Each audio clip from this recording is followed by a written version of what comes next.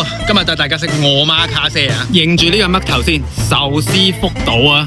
淨係個頭盤望落都非常之精緻嘅。咁啊，試下呢個豆腐先，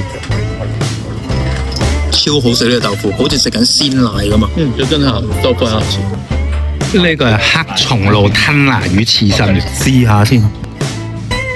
個吞拿魚咧，直頭好似食緊牛肉咁，超正。但反而黑松露嘅味道咧，唔算係非常突出，但係個吞拿魚真係好好食。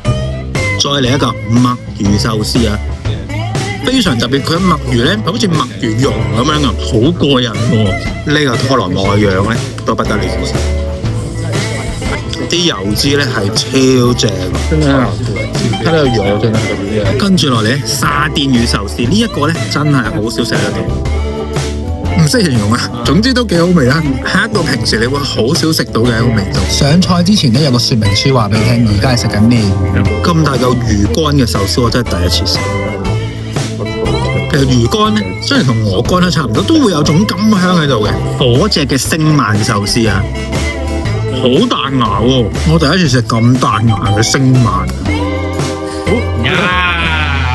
呢個係魚子醬甜蝦壽司啊！我真係未試過食咁大啖魚子醬，係一啲都唔腥，非常之鮮味。嗱，海膽嘅份量咧非常之足料，非常好食。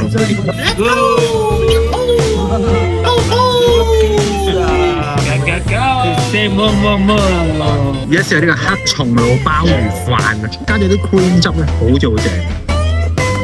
呢個咧好香黑松露味，嗰種香味咧亦都係難以形容嘅。再整埋呢個大蝦壽司，肉質咧非常彈牙，有我最愛嘅鰻魚壽司啊，仲要係真係熱辣辣，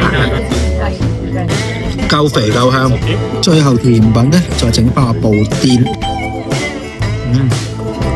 好香嘅茶味啊！佢係一個茶味嘅布甸，圓滿結束。嗱，咁餐飯就食完啦。總括嚟講咧，每一嚿壽司都係非常之新鮮嘅。咁所以我覺得，如果大家嚟到大阪想食下鵝媽卡西嘅話咧，呢一間喺福島嘅鵝媽卡西咧，絕對都可以嚟試下嘅。所以如果大家有興趣咧，食啲又高質又好玩嘅餐廳咧，記得去 JFG 呢個網站 book 翻靚位。呢個網站咧有中文介紹，book 位亦都非常之方便嘅。咁下次想食嘅話咧，就唔怕 book 唔到位啦。